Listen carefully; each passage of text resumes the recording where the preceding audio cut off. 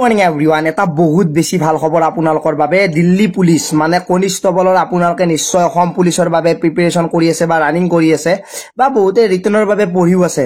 ঠিক তেনে সময়তে দিল্লী পুলিশৰ ফালৰ পৰা এখন নোটিছ আহিছে যিখন নোটিছত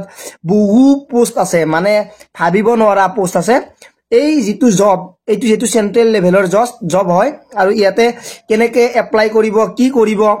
বয়স কিমান লাগিব লগতে আপোনালোকে কিমান পাস কৰা হ'ব লাগিব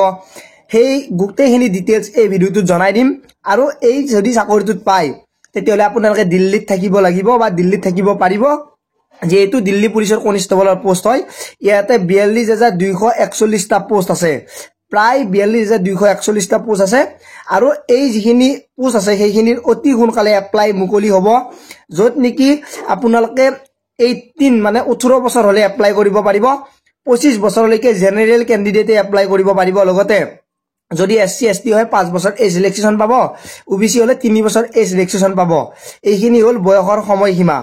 আৰু ইয়াতে আপোনালোকৰ প্ৰথমতে ৰিটেন টেষ্ট হ'ব তাৰ পিছত ৰানিং হ'ব তাৰ পিছত মেডিকেল টেষ্ট হ'ব তাৰ পিছত মেৰিট লিষ্ট আহিব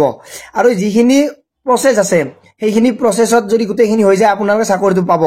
বয়সটো কলো এতিয়া হল এডুকেশন কোৱালিফিকেশন তো হল আপোনালোকৰ 12 পাস হ'ব লাগিব মানে 10+2 হ'ব লাগিব যদি আপোনালোকে দিল্লী পুলিশ কনিষ্টবলত এপ্লাই কৰিম বুলি ভাবে তাতে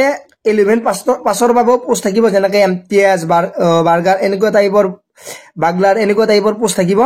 আৰু যদি আপোনালোকক নটিফিকেশনখন লাগে তেতিয়া হলে মোৰ টেলিগ্ৰামত লিংক ডেসক্ৰিপচনত দিয়া আছে